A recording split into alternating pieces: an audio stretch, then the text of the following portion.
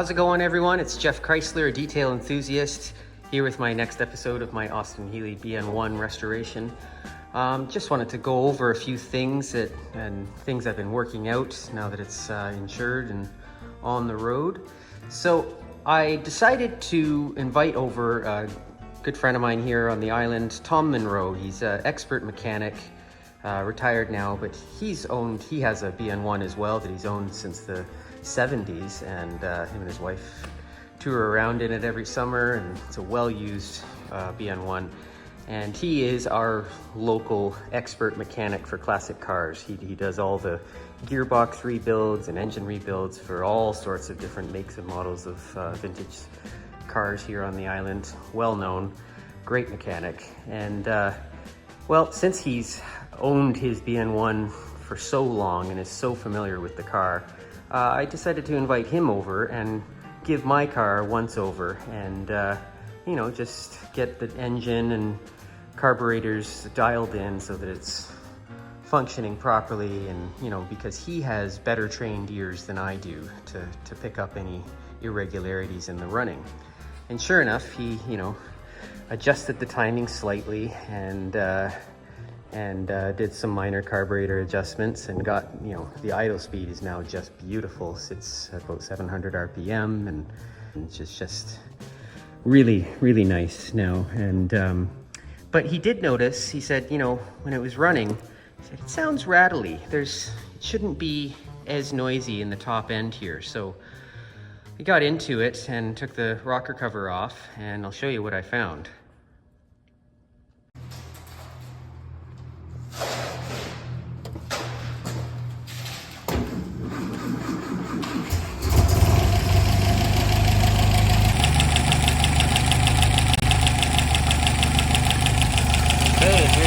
Running. You can see we got lots of oil coming down each one of these like we want. So that's really good. It's getting good feed through all the rockers. Excellent. You can see there's a little bit of oil at the top of each one as well. So these pushings are getting lubricated as well. That's into the ceiling okay, I think. So as you can see or hear, this thing has just been really loud in the top end. Too much valve and tappet noise, and you know, I've compared it with other people's cars, and it shouldn't be this loud. And it's all new, everything. It's new valves, new push rods, new tappets, new rocker shaft, and you know, I've adjusted and readjusted. Everything is set for 12 thou, these valves, and I've tried it hot and cold, and it doesn't make any difference. Still really noisy.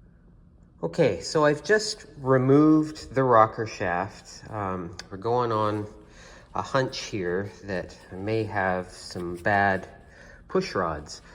And if you look at the bottoms of all of these adjustment screws, you can see those wear rings where they're making contact with the dish in the top of each push rod. You shouldn't have rings like that. It should be an even contact. The whole ball should evenly connect with the push rod cup. And if it's got a ring like that, it means only that spot where the ring is making contact.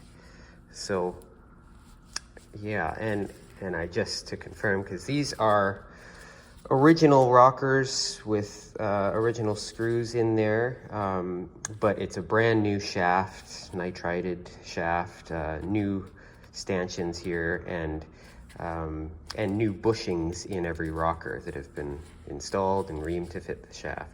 And you can see on the valve end, these have been all nicely trued, so they're nice and smooth. There's no big grooves or anything from the valves like worn ones get. So this is a good rocker shaft, nicely reconditioned by Auto Farm. So now I'm gonna go have a look at these push rods.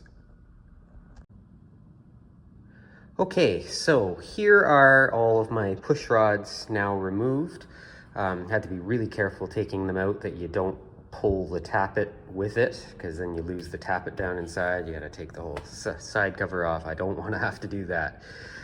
So with each push rod, you know, once the rocker shaft was out of the way, with each push rod I would tap it on the sides a few times and twist it, and then pull it up and make sure the tappet stayed behind, because you get a nice oil bond here and they can just suck the tappet up with it.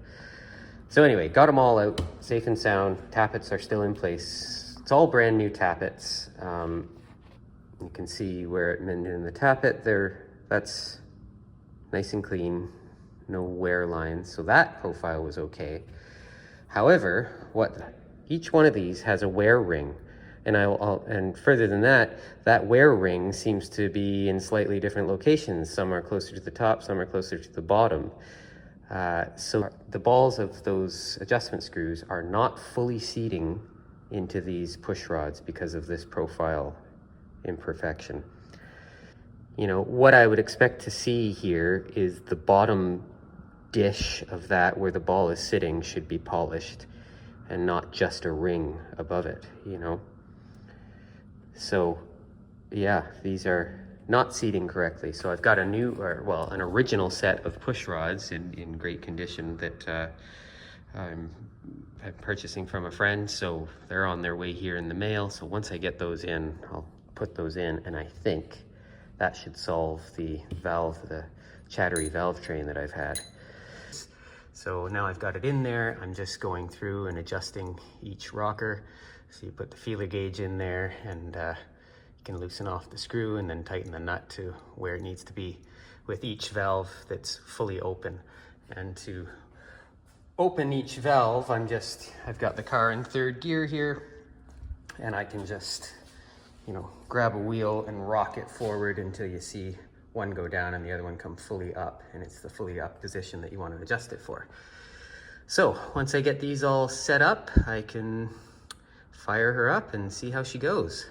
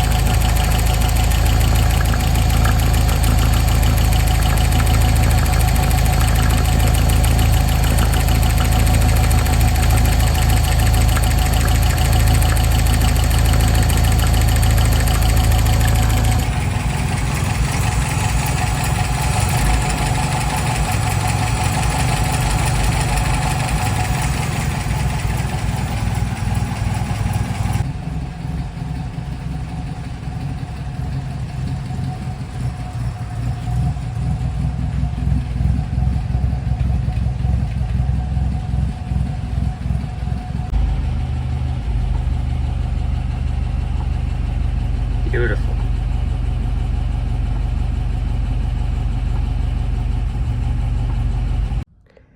Now, one thing I had noticed, I had a bit of an exhaust leak just at the joints of the muffler, front and back. So rather than take it apart and put in like a muffler cement in the joint and then you can never get it apart again, I decided I'd approach it from the outside. And so I got some of this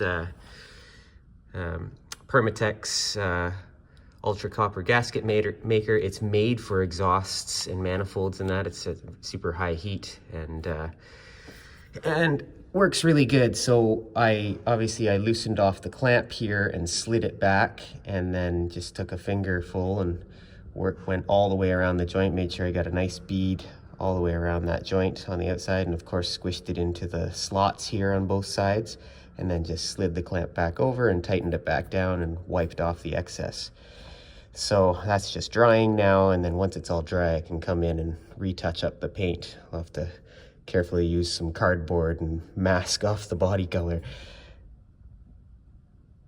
And if we go underneath and feel, there's no more exhaust leak.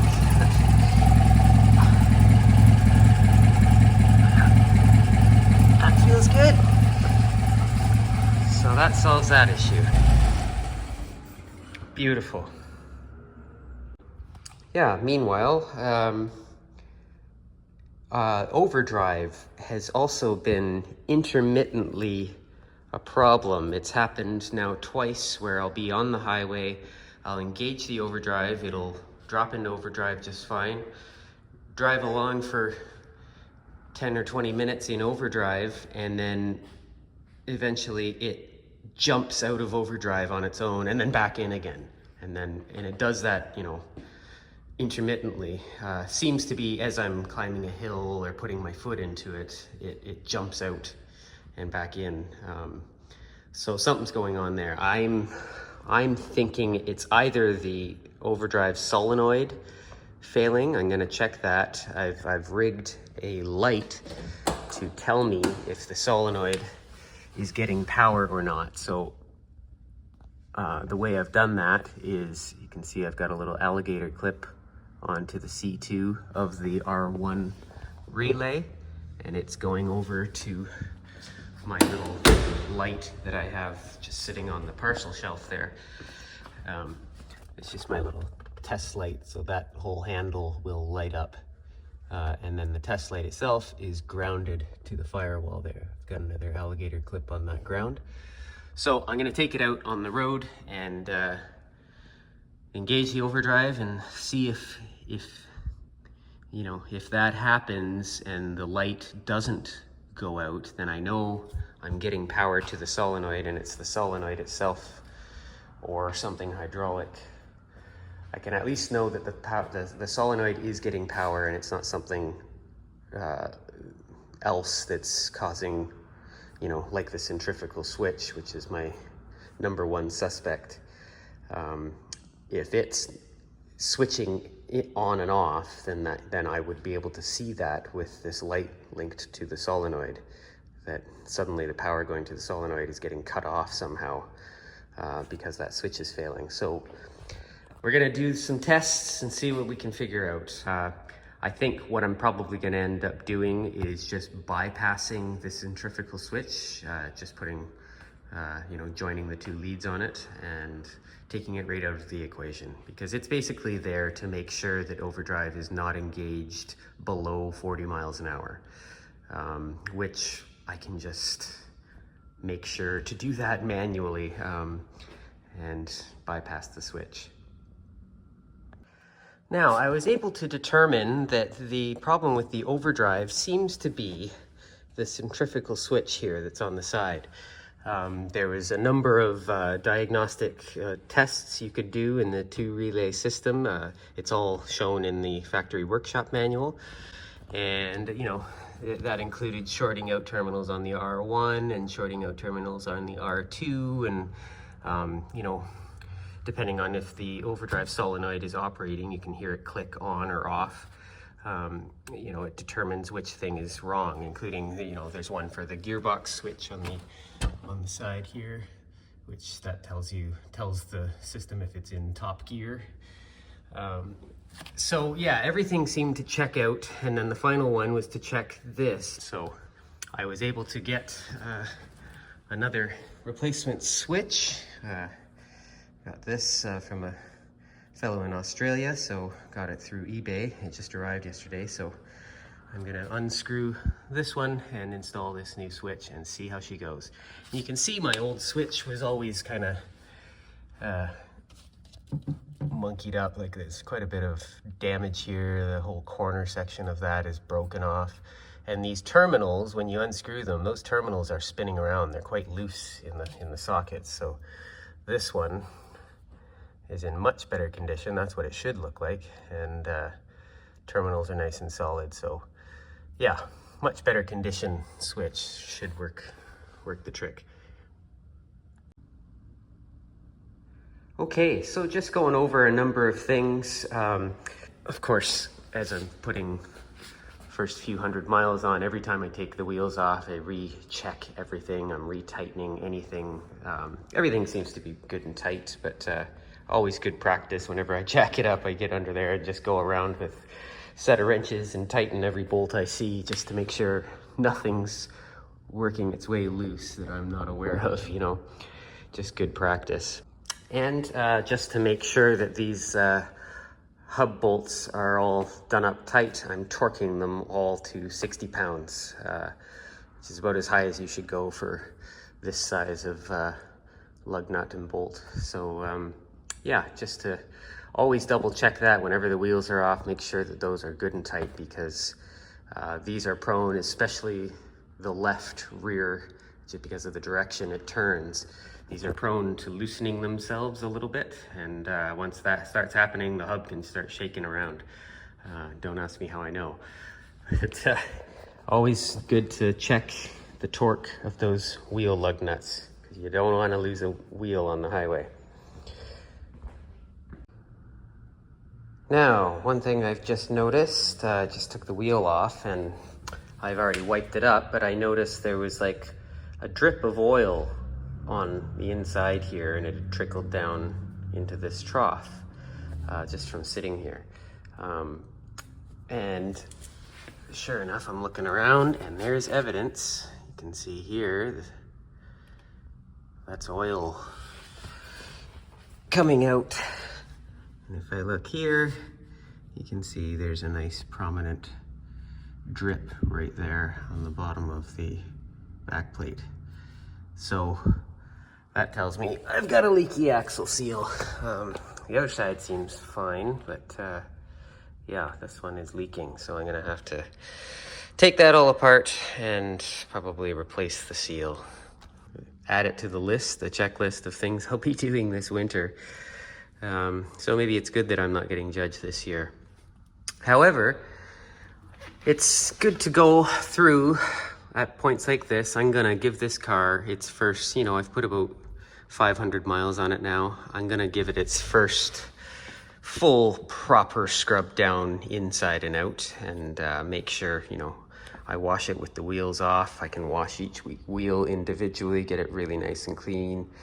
I've just recently heard there was a release agent on my tires that I was never able to get off before, and you know, I could shine them up for a show, but that would last only a few hours and then they'd look gray again. So I tried this stuff. Friend at Coachworks Restoration recommended Super Clean, and you can get it in larger spray bottles. This is just a sample size, but plenty enough to do my 4 wheels at least. And yeah, just wash them first and then you go at it with that Super Clean.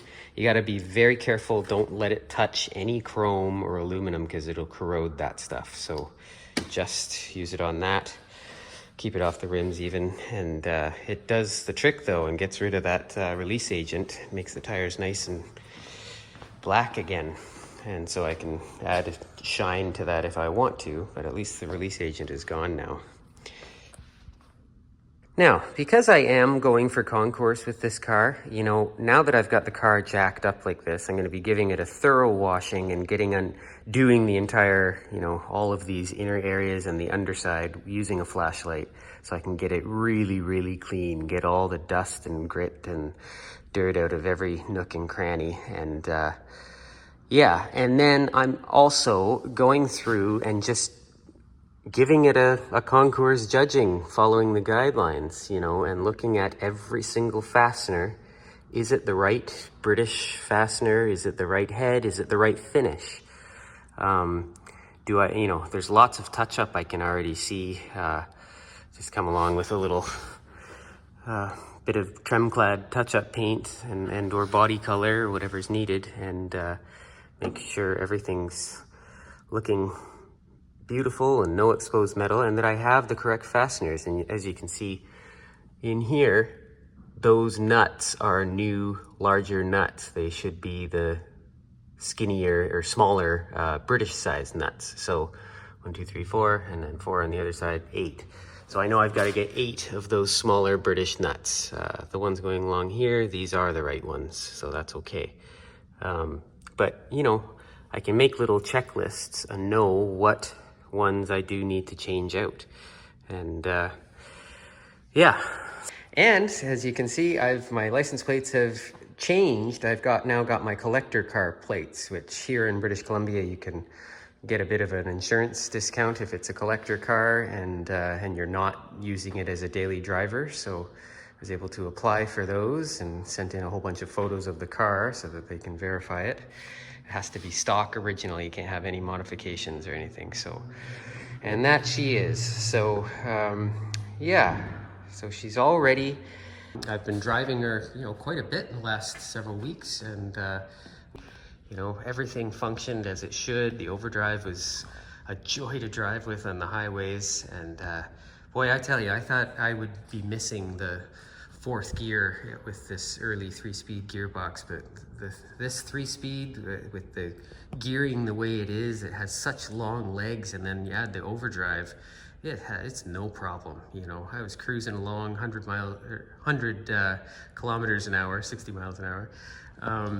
No problem, 2,500 RPM, the car is just cruising. It was such a nice car to drive, and really happy to be finally getting out and putting some miles on it. So I've put, about 200 miles on it just in the last 3 or 4 weeks, I guess, and gave it its first oil change the other day, and boy, was it black. I think because, the pistons are seating themselves, there's going to be some blow by as rings are seating. So it was quite black, and I'm thinking that initial blow by that happens from new pistons as the rings are seating, it may be a cause for added crankcase pressure a little bit, which may explain the oil leak, because yeah, she does have, most especially after driving for an hour or so, you get, that's like a 4 or 5 inch diameter puddle that, like I say, it's only after driving for an hour or so the oil's well heated up. Once you stop driving, that comes out of there in about 5 or 10 minutes. So I gotta do something about that if it doesn't go away on its own. So I've got some ideas.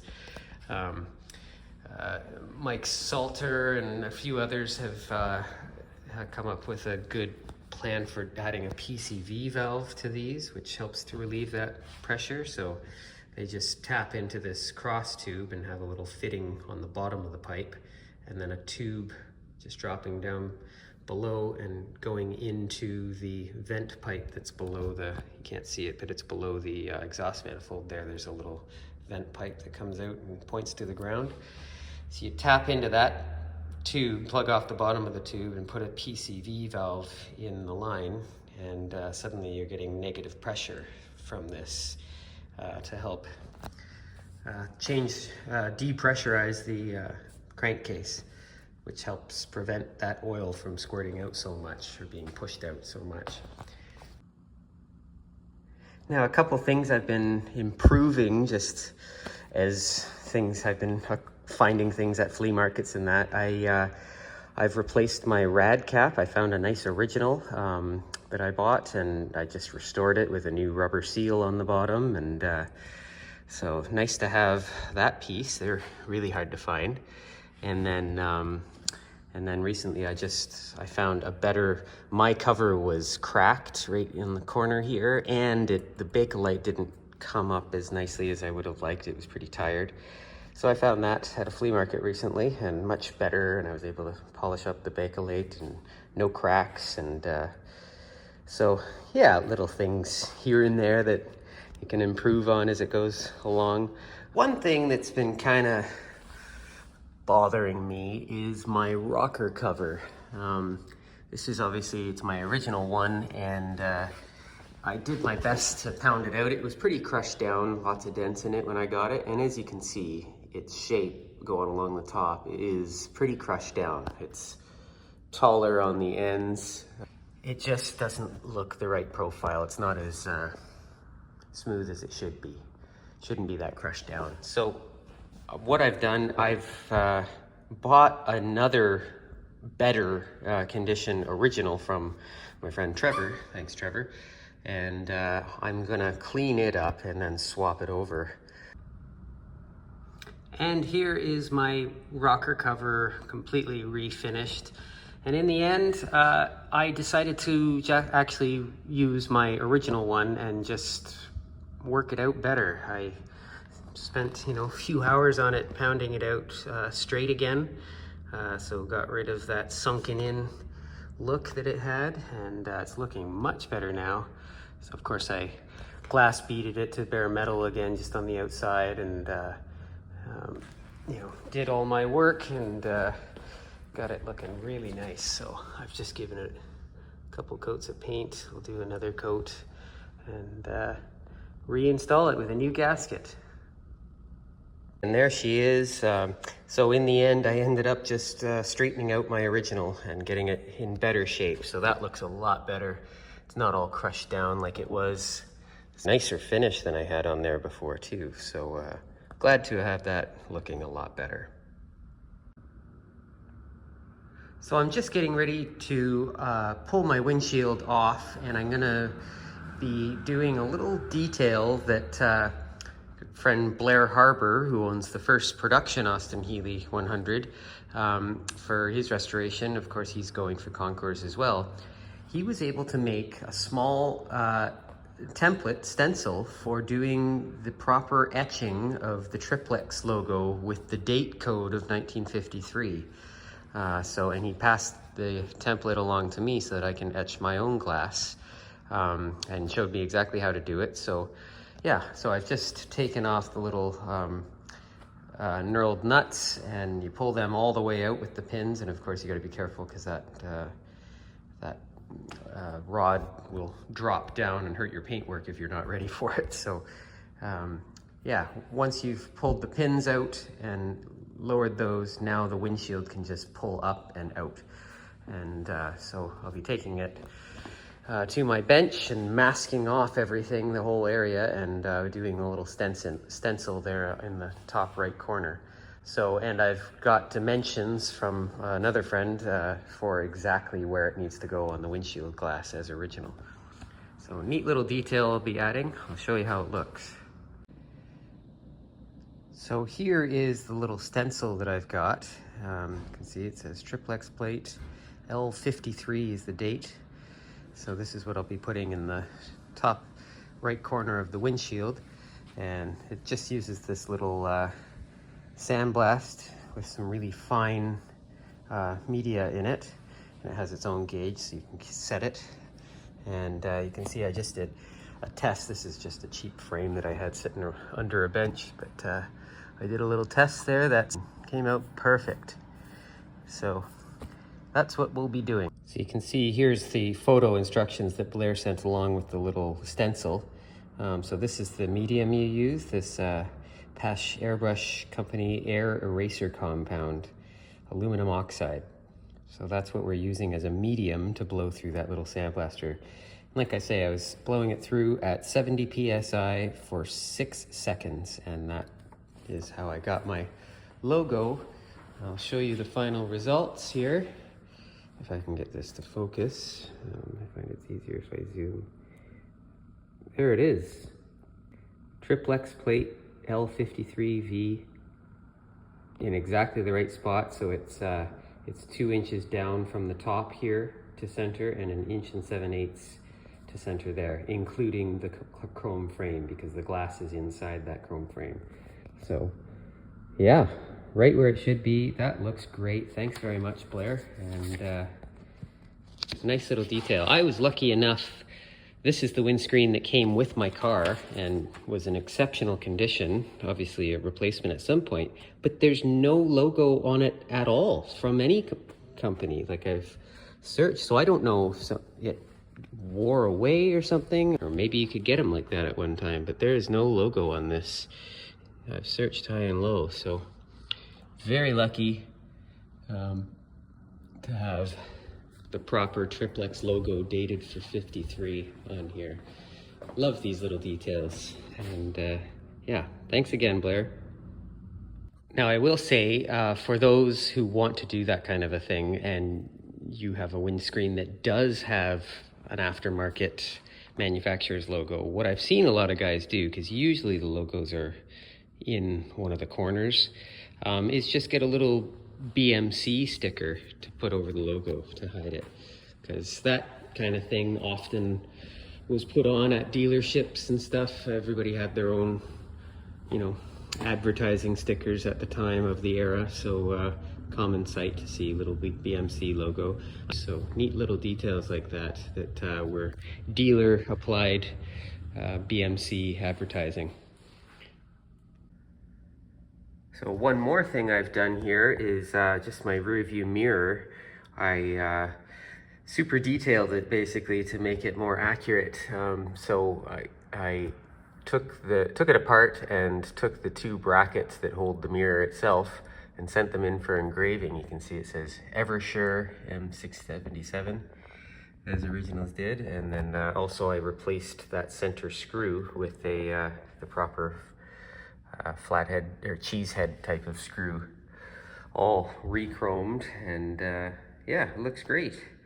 Much more accurate looking mirror.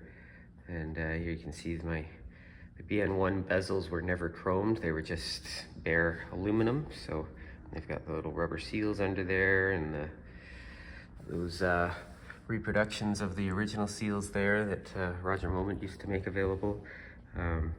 Hopefully somebody will take over that production and those will be available again, because they're tricky things to find.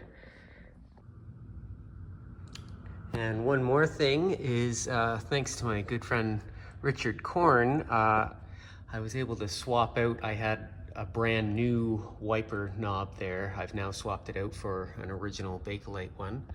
So just nicely cleaned it up, nice to have.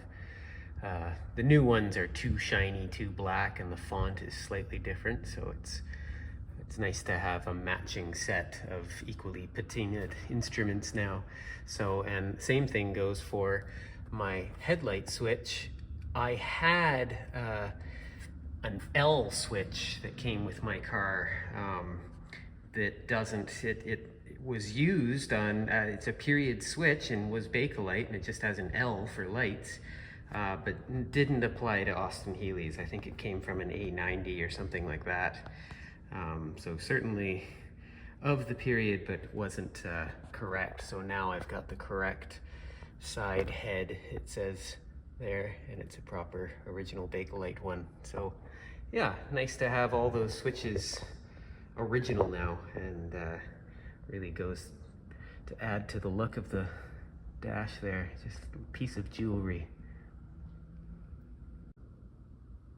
Now, one more thing I've made for myself here is a little lumbar cushion. So yeah, any long drives, I noticed that I've got some pretty bad lower back pain. Just, I think the angle, and there's just no support for your lower back and the way you sit in the seat. So yeah, I made this little cushion out of the same materials as the seat, same leather and vinyl, and man, makes all the difference in the world. Just sits right under my shoulders there, supporting my lower back and tailbone, and man, so much more comfortable. So glad to have that. And they are available through Right Way Heritage Trimming if you want. Best to order them when you order your seats, because I can use the same material as used in your seats. So a few more things I've done that I'll share with you here. I've made a couple of books that just go along with the car. So I just took some standard binders and trimmed them in the same matching vinyl as used in the rest of the interior. So the one book here is just all my factory documentation. So I got the owner's handbook and workshop manual, and then of course it's heritage certificate and Austin warranty and Connolly certificates and all the brochures and paperwork that, you know, grease gun instructions, Lucas electrical equipment, and just lots of stuff like that, all the various brochures and stuff. So that's that one book. So, and it nicely fits back here with the car. And then this book I've just put together, and it's actually thanks to my good friend Harry Watson. Harry has been restoring his BN2 kind of in parallel to my car, And he's been a big follower of my blog. Of course, I've been keeping a blog called The Detail Enthusiast for 8 or 9 years, covering all the various projects I've been doing, including the restoration of my BN1. And he went to a print shop and had this all edited and printed off the entire BN1 restoration, all of the articles, all full color. And well, he made one for himself, and then, you know, she introduced me to the editor he used, and so I had one made for myself. Just a beautiful resource for anybody restoring a car. There's every step of the way of this entire restoration in book form. So really glad to have that to go along with the car. Of course, if anybody wants one, they are not cheap. They're close to $350 or something Canadian just for the printing of all of this, but really nice to have. So really glad to have that. Thanks again, Harry. Great idea. And there you have it. So the car is well sorted. It's running beautifully. It's looking fantastic. You know, I've got the idle speed and running characteristics. The overdrive is working properly. It's just become a joy to drive, and I'm driving it every chance I get. So I've been taking it out for lunch breaks on sunny days. I've been hitting up all the local car shows, and just getting better every time. She's just a joy. So very grateful, very thankful. And you know, I couldn't have done this alone. There's so many people to thank throughout this restoration. You know, Mike Salter, Tom Monroe for his mechanical expertise, Trevor Parker. You know, so many of these people have helped me with sourcing parts and you know, diagnosing issues, and of course all the guys at Jetstream Auto and Custom, Jason Stock and Sean and all the guys there who took care of the metal and paint and did such a beautiful job on the body. Ron Allman, my dad's old painter, who supplied me with the actual Healy Blue paint I used here. It's my dad's old formula, still going. And Blair Harbour, Michael and Richard Owen, and of course my own father, who rest in peace, but all the countless articles and information he devoted to restoring Healys over the years, and is still out there, still available through all the club magazines. So it was really nice to have that as a resource. So thanks, Dad. And oh, who else? Of course, all the members of the Concourse committee, the Concourse guidelines, you know, essential information that I referenced throughout this entire thing.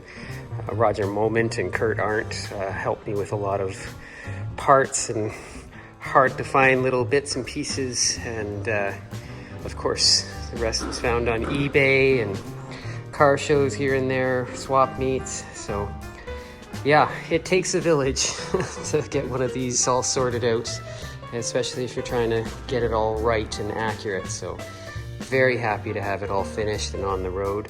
Unfortunately, I'm not going to be able to make it to Enclave this year. It's just too far, too much with the cost of gas the way it's gone. You know, it's on the opposite coast, and I can't really afford to take the amount of time off it would require to drive it both ways. I could drive it one way, but so we'll save it for another year. Stick to West Coast shows for now. Hopefully next year there will be an opportunity to have the car judged for Concourse. That is the intention here. So yeah, really looking forward to getting that sorted, and hopefully earning my gold, and I should be able to get there. So thanks everyone again, and well, just going to continue driving it, and if anything else comes up, well, I'll keep you posted with future videos. But until next time, I am Geoff Chrysler, a detail enthusiast. This is my Austin Healey BN1 restoration. We'll talk to you next time.